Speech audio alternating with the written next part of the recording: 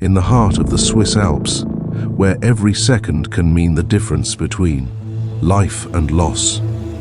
The rescue teams of Air-Glaciers and Air Zermatt take flight.